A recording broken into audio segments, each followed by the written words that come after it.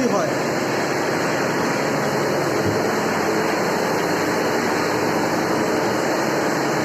এই যে দেখতেছেন হানিফ ভাই, সে আজকে আমাদের ঘুরাই ঘুরে দেখাচ্ছি কীভাবে বরফ তৈরি হয়। আমরা এখন বরফ কলের ভিতরে আছি।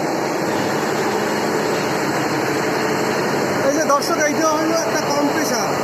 আপনারা দেখতে পাচ্ছেন কম্প্রেসারের গায়ে এই দেখা যাচ্ছে মানে বরফ জমে গেছে কিন্তু। হ্যাঁ, এটা একটা কম্প্রেসার।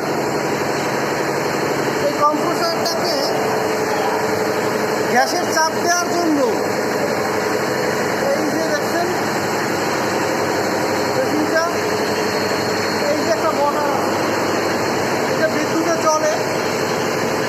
এই মোটরটা থেকে ওই যে গ্যাসের যে চাপ,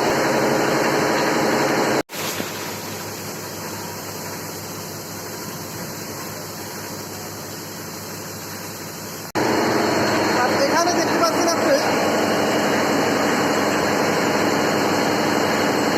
একটা মোটরের নিচে যে পানিটা, ওইখানে মানে একটা ঘুরাইতে আছে। পানিটা ঘুরাইয়া ওখানে ফেটতেছে, কিন্তু লবণাক্ত পানি আছে, লবণ পানিটারে মিশ্রিত করতেছে।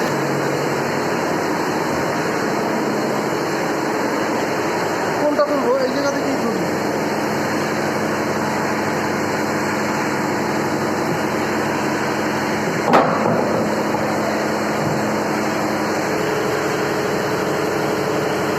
দেখছেন এই যে বরফ কিন্তু একটা তৈরি হয়ে গেছে।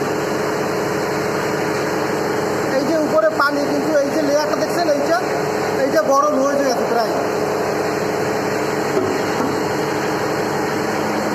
এই হলো এই যে বরফ কলের হেড মিস্ত্রি, ইনি এই বরফটিকে পানি থেকে বরফে রূপান্তরিত করেন। আমরা তার কাছ থেকে জানবো বরফটা তৈরি হতে কত সময় লাগে।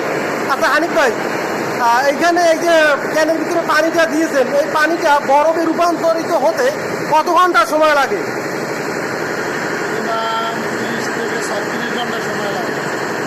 আমরা জানতে পারলাম 30 থেকে 36 ঘন্টা সময় লাগে এই পানিটাকে বরফে রূপান্তরিত করতে।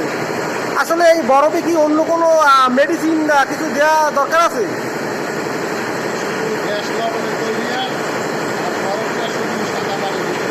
আচ্ছা, আপনি কি দর্শকের উদ্দেশ্যে একটুখানি খোলসা করে বলবেন যে আসলে পানি থেকে বরফটা কীভাবে তৈরি হয়, কীভাবে কী প্রক্রিয়া, আপনি যদি সংক্ষেপে একটু বলেন।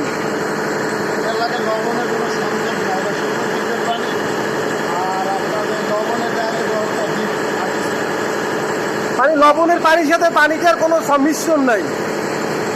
আচ্ছা, ধন্যবাদ।